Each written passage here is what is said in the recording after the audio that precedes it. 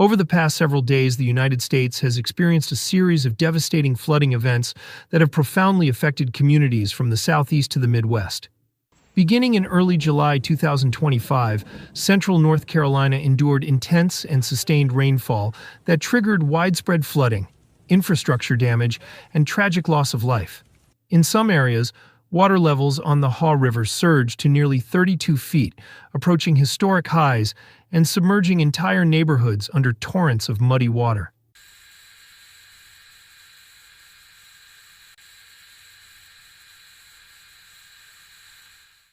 Streets were transformed into rivers where vehicles floated or were swept away, and vital infrastructure was crippled. Almost immediately following, heavy rains and flash floods struck parts of Illinois and Iowa, where rainfall totals of up to 5 inches in a matter of hours inundated city streets, forced water rescues in densely populated neighborhoods, and left thousands without power.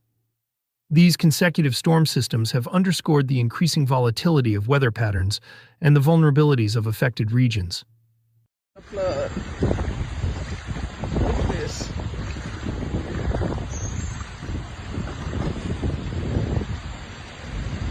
On my husband's birthday, and it's a big flood.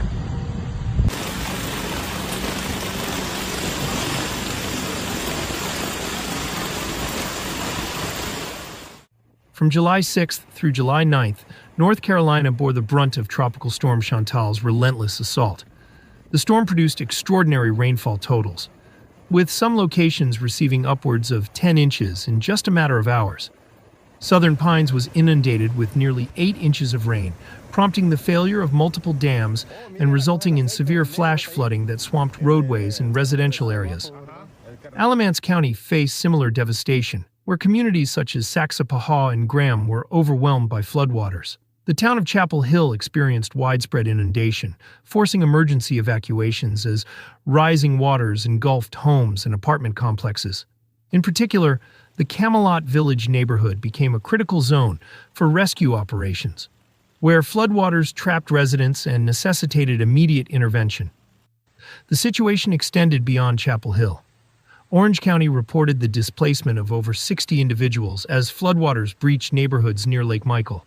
Emergency officials issued evacuation orders near Lebanon Road amid growing concerns over dam integrity and potential breaches. Meanwhile, Moore County confronted extensive damage to its infrastructure, with multiple roads washing out and a dam collapse at a local country club, further worsening the flooding impact on nearby communities.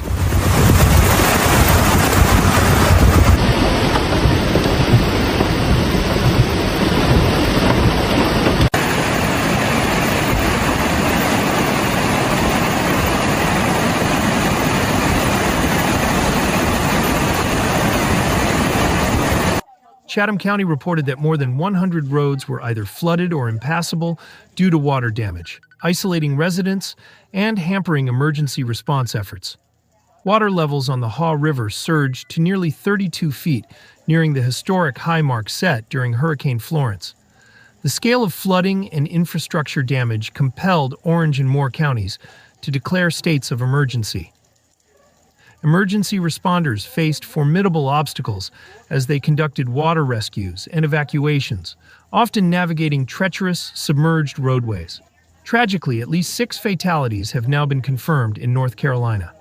These include 2 individuals in Alamance County, 1 in Orange County who was swept away during her commute, and 3 in Chatham County, where rising floodwaters overwhelmed multiple neighborhoods.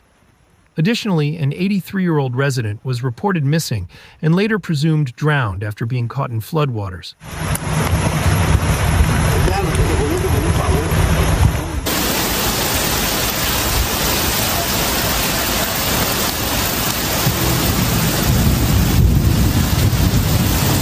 All right, people, so we got severe flash flooding happening here in Orange County, North Carolina. This is the worst flooding I've seen in the Chapel Hill, Carborough area. Anybody that tries to come out here and drive it tonight, please don't do it. Look at this.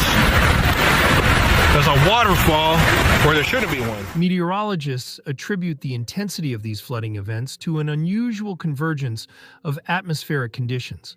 Tropical Storm Chantal tapped into an abundant moisture supply from both the Gulf and the Atlantic Ocean, creating an environment ripe for sustained heavy rainfall. The storm's slow progression over North Carolina allowed rain to fall relentlessly, overwhelming the soil's absorption capacity and saturating drainage systems.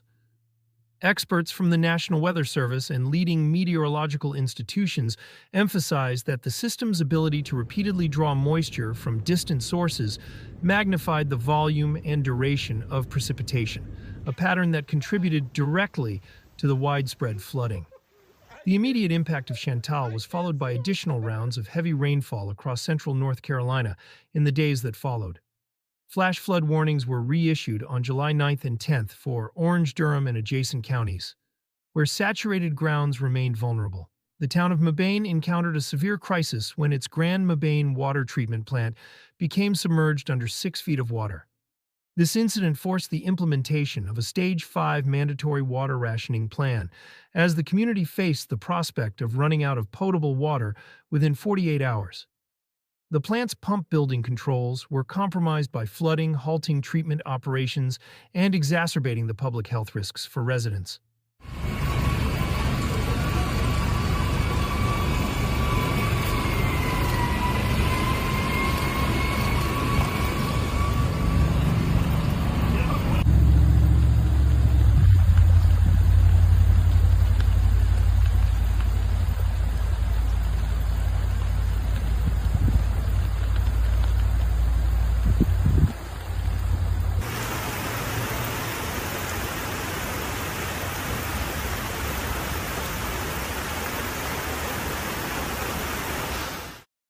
As the storm system weakened and moved northward, bringing lingering flood risks and hazardous surf conditions to the mid-Atlantic region, the Midwest simultaneously experienced its own flooding emergency.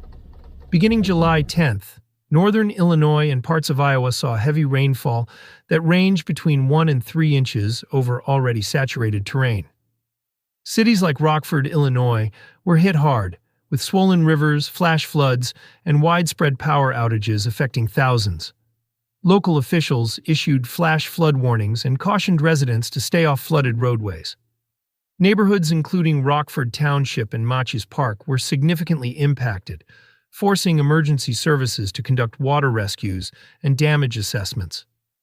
Residents in these Midwestern areas expressed frustration at the recurring nature of such flooding. Longtime inhabitants noted that some flood-prone intersections and neighborhoods have faced repeated inundation over the years, with little effective mitigation. This latest storm only compounded existing vulnerabilities, damaging homes and infrastructure that remain exposed to future severe weather. Meteorological analysis explains that the Midwest flooding stemmed from the same fundamental causes as the East Coast events: persistent inflows of moisture from the Gulf region combined with slow-moving weather systems. The saturated soils left by previous rainfall were unable to absorb additional precipitation, dramatically increasing surface runoff and elevating the risk of flash flooding. The National Weather Service issued flood watches for multiple counties across Illinois and Iowa, highlighting the expansive and ongoing nature of this threat. And then you can't get out because they flooded out.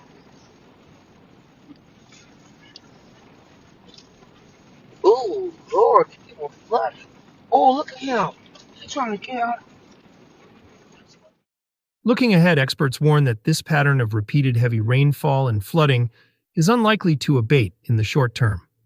Forecasts predict intermittent showers and thunderstorms to continue through the coming week, keeping communities on high alert. Regions already weakened by recent storms face heightened risk from even modest additional precipitation. Emergency management agencies emphasize the importance of preparedness, urging residents to heed warnings, avoid flooded areas, and plan for possible evacuations. Repairing critical infrastructure, such as water treatment plants and roadways, will be essential in the weeks ahead. Recovery efforts are expected to be lengthy and complex as communities confront the compounded damages and strive to rebuild in the face of increasingly extreme weather events. As always, thank you for watching. Stay safe and stay aware. This car's under. This car's under. All these cars is under. Yeah. Look at that silver car.